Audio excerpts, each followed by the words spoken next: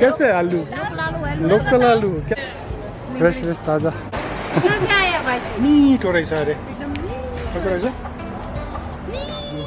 chowmein बनाएको छ veg so दामी यसको कलर आएको छ हेर्नुहोस् एकदमै हेलो सबैजनालाई के छ हालखबर आजको यस ब्लगमा चाहिँ तपाईँहरूको स्वागत छ अहिले म छु यहाँ कुल्लुमा अनि आज चाहिँ हामी यहाँ कुल्लुतिर अलिकति सामानहरू किनकान गर्नुको लागि आएको थियौँ अनि तपाईँहरू देख्न सकिन्छ यो चाहिँ ब्यास नदी हो यहाँ पछाडि चाहिँ माथि खोलामा चाहिँ राफ्टिङ हुन्छ देख्न सकिन्छ तपाईँहरू त्यो माथिल्लो चाहिँ राफ्टिङको एन्ड पोइन्ट हो माथिबाट जति पनि राफ्टिङ आउँछ सबै त्यहाँ रोकिन्छ अनि मेरो पछाडि चाहिँ यहाँ यो तल यो चाहिँ गेमन पुल हो यो चाहिँ यहाँ तल चाहिँ यहाँदेखि कुल्लु सुरु भइहाल्छ होला अनि यो चाहिँ रामशिला हो आजको ब्लगमा चाहिँ हामी अहिले फिलहाल कुल्लु जाँदैछ अनि त्यसपछि चाहिँ त्यहाँ अलिकति सामानहरू किन्नुपर्ने छ सामानहरू लिएर चाहिँ हामी बेलामै फर्किने कोसिस गर्नेछु किनकि मौसम अलिकति खराब छ उम्मेद गर्छु तपाईँहरूले हाम्रो यो ब्लगलाई चाहिँ लास्टसम्म हेर्नुहुनेछ नमस्ते tashidelek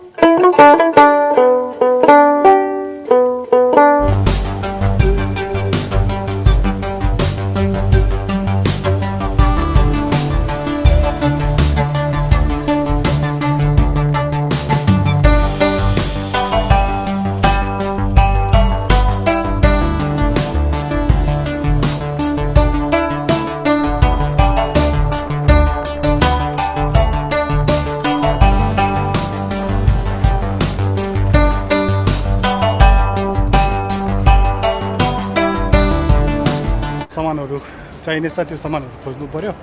अनि यहाँदेखि चाहिँ हामी यो एक्चुअली हाम्रो पछाडि यो अगाडि चाहिँ बस स्ट्यान्डको एरिया हो अनि हामी चाहिँ अहिले फिलहाल त्यो साइडमा जान्छौँ त्यहाँतिर अलिकति फ्रेस सागसब्जीहरू पाउँछ अनि त्यो सागसब्जीहरू हेर्नु पर्ला अनि अरू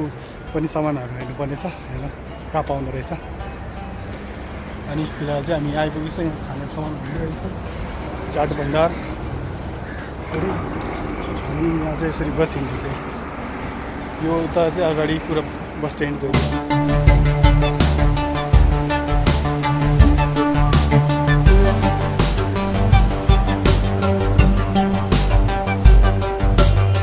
यो हो कुल्लुको बस स्ट्यान्डको एन्ट्रेन्स यहाँदेखि चाहिँ भित्र बसहरू लाग्छ अनि यसको साथमै यहाँ पर मार्केट छ हामी चाहिँ यता बिचमा जाने अहिले फिलहाल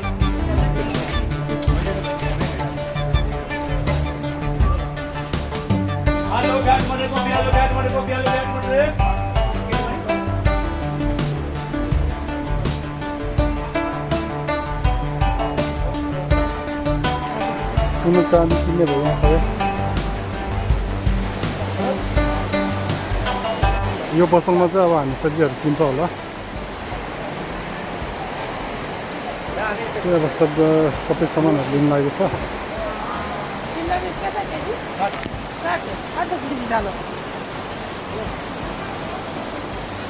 एउटा निग्रो पनि यहाँ यसरी राखेको बेच्नुको लागि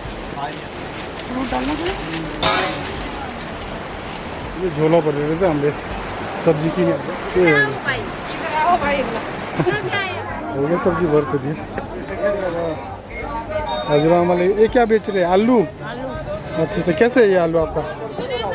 ताजा आलू है कैसे है आलू लोकल आलू क्या रेट है रेट क्या रेट है 40 रुपये किलो अच्छा अच्छा बढ़िया जी यहाँ निग्रो चाहिँ यसो छ फ्रेस फ्रेस ताजा सबै साग सब्जीहरू फ्रेसहरू पाउँछ के किन्यो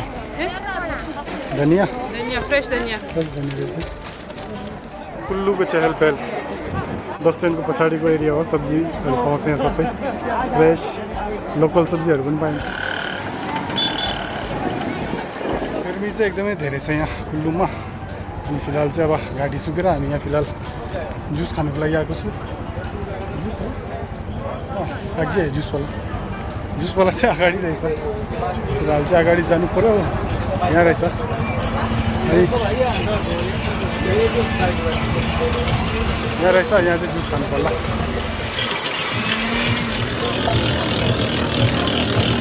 दामी बनाउँदैछ जुसवाला आइस कम दाममा कम दाम कस्तो रहेछ मिठो एकदम मिठो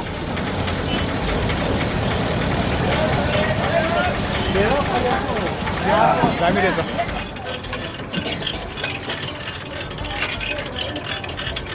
लोर भयो ढालपुरको मार्केट स्टार्ट हुन्छ यहाँदेखि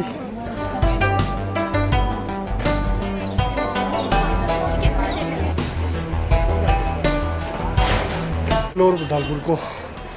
मार्केटदेखि हामी वापिस जाँदैछ अनि फिलहाल चाहिँ हामी जुन सामानको लागि आएको थियो त्यो सामानहरू चाहिँ यहाँ छैन रहेछ धेरै जस्तो चाहिँ अब लुगाहरू अनि अर्को हार्डवेयरको सामानहरू जुत्ताहरू ब्यागहरू स्टेसनरी किताबहरू अनि त्यस्तो सामानहरू चाहिँ पाउँदो रहेछ हामीले चाहिँ अलिकति अरू सामानहरू चाहिने थियो त्यो चाइनिज ससहरू अनि खाने सामानहरू त्यो चाहिँ पाएन अनि फिलहाल चाहिँ अब यहाँबाट वापिस जाँदैछ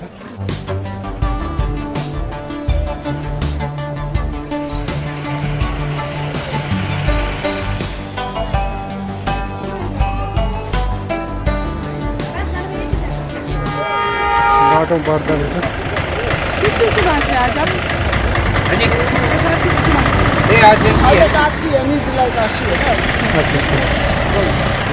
दियो हामीलाई पनि त्यो के अरे फल र त्यो लियो गर्मीले प्याज पनि एकदम धेरै लागिरहेको थियो अनि ठ्याक्कै यो बाँड्दो रहेछ अब चाहिँ खाइदिनु पऱ्यो प्याज एकदमै लागेको छ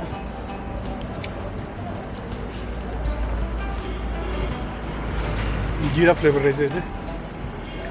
एकदम जिराको स्मेल आयो यहाँ चाहिँ वाटरमेलन तरबुज के भन्छ खरबुज खरबुज भी टेस्ट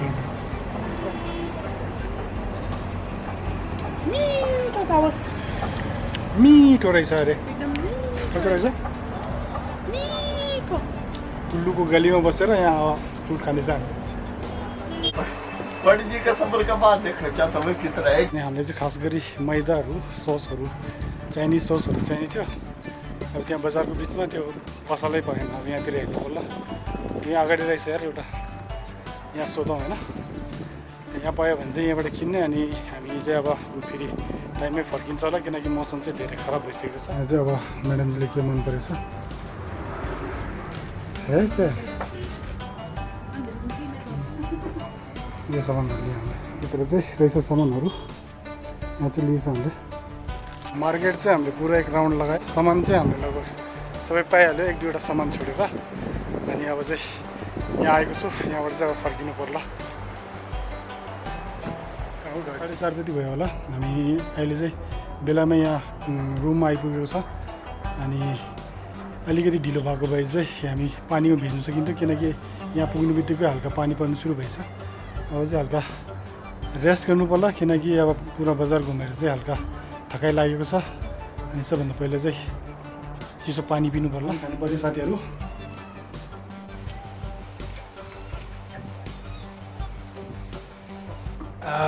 बल्ल आराम भयो डिनरको तयारी हुँदैछ अनि हाम्रो चाहिँ आज डिनरमा यो के बन्दैछ नुडल्स बन्दैछ त्यसमा चाहिँ अब हाम्रो आज भेज नुडल बन्दैछ अनि यहाँ चाहिँ यो सब्जीहरू काटेर राखेको छ यो चाहिँ फ्राई गोबी छ मन्चुरियनको लागि अनि फटाफट अब यो चाहिँ सबै रेडी गरेर मजाले खानुपर्छ अब दिनभरि घुमेर एकदम भोक लागेको छ साथीहरू डिनर चाहिँ रेडी भइसकेको छ आज चाहिँ हामीले यो चाउमिन बनाएको छ भेज अनि त्यसपछि चाहिँ यो गोबीको मन्चुरियन छ देख्न सकिन्छ कस्तो दामी यसको कलर आएको छ अनि त्यसको बाद चाहिँ यहाँ हामीले सुप बनाएको छ टोटल आज चाइनिज खाना हुनेछ अनि यहाँ चाहिँ ओम्लेट छ प्लेन अनि साथमा चाहिँ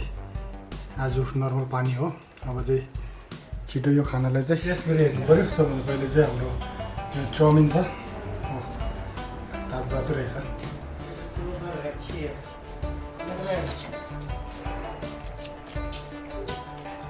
घरमा बनाउने चाउमिन चाहिँ यस्तै हुन्छ दामी अनि यो मन्चुरियन टेस्ट गर्नु पऱ्यो एउटा पिस यहाँ हेर्नुहोस् कस्तो दामी आएछ टेस्ट गर्नु पऱ्यो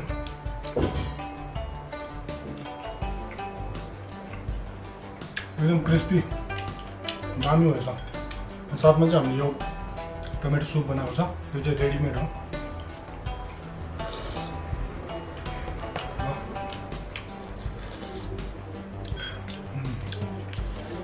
दामी भएछ यो चाहिँ नुडल्स हाम्रो भेज नुडल्स हेर्नु एक बाइट तपाईँहरूको लागि